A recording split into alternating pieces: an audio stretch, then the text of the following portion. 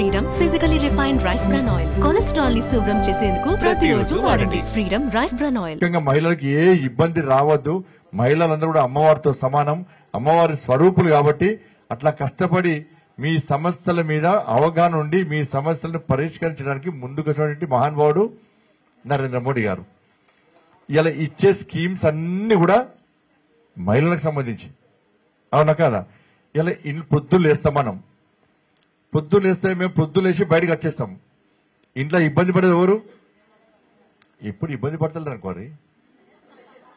ఇప్పుడు మీరే ఎక్కువ బయట వెళ్తారు, మేము ఇంట్లో కూర్చుంటారు. ఇవాళ నెక్స్ట్ 33% పక్కా మీ శక్తి ఉందో చూపడతారు పక్క, అవునా కాదా? అవునా కాదా? ఇది ఒక్కసారి మీ చేతికి అధికారం రావాలి. అమ్మవారి చేతికి, అమ్మవారి శక్తి స్వరూపిణి మీ చేతికి అధికారం అంటే అట్లా అని చెప్పి మన ఇంట్లో కూర్చోబెట్టారు మరి, అవునా కాదా? ఇవాళ ఉదయం లేస్తాం మనం, ఉదయం లేస్తే ఒక్క నిమిషం అన్న, ఉదయం లేస్తే బహిర్భూమికోవాలి.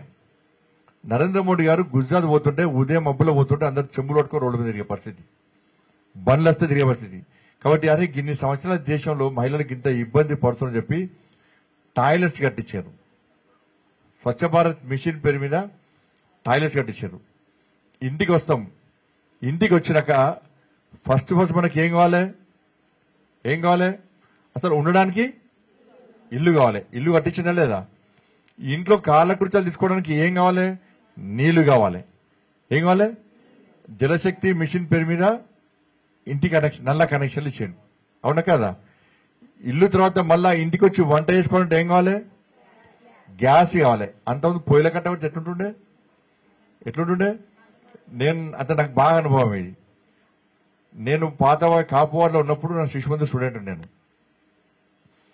సాయంత్రం స్కూల్ వేసాక నేను మా అక్క పెండ తీసుకొచ్చి సాయంత్రం ఏం చేస్తారు? పిడికలు చేస్తారు. ఉదయం లేచి కట్టెల పోయి ఉణకతో ఏం చేస్తారు?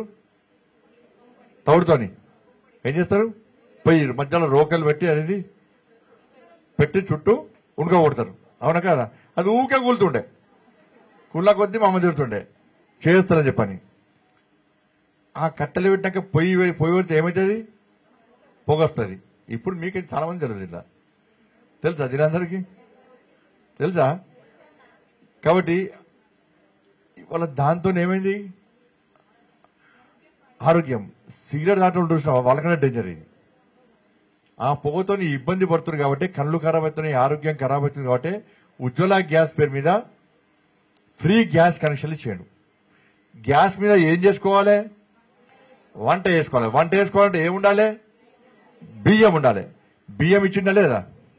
బియ్యం ఇచ్చింది కదా. బియ్యం ఇచ్చినాక సరే తినడం అయిపోతుంది. ఇంట్లో కరెంట్ ఉండాలి లేదా? ఉద్యాల కనెక్షన్ ఇచ్చిందా లేదా? Free connection. దాని నుంచి బయటికి రావాలి. బయటికి వచ్చినాక తినడం అయిపోయింది, ఇల్లు కట్టుకోవడం అయిపోయింది. నెక్స్ట్ ఏం కావాలి? పని కావాలి. గ్రామీణ ఉపాధి హామీ కింద అందరికి పని అప్పై పిల్లదా? సరే మనకు ఉండకపోవచ్చు, ఊళ్ళో మహిళల కోసం ఉపాధి పని ఇచ్చిందా లేదా? ఇచ్చింది కదా. అంటే ప్రతి ఉదయం లేచిన కాంచెల్లి రాత్రి పడుకునే వరకు కూడా ఏ మహిళ ఇబ్బంది పడొద్దని చెప్పి అన్ని రకాల వసతులు కల్పించినటువంటి వ్యక్తి నరేంద్ర మోడీ గారు. సుమన్ టీవీలో మీ పర్సనల్ అండ్ బిజినెస్ ప్రమోషన్స్ కోసం కింది నెంబర్కి కాంటాక్ట్ చేయండి.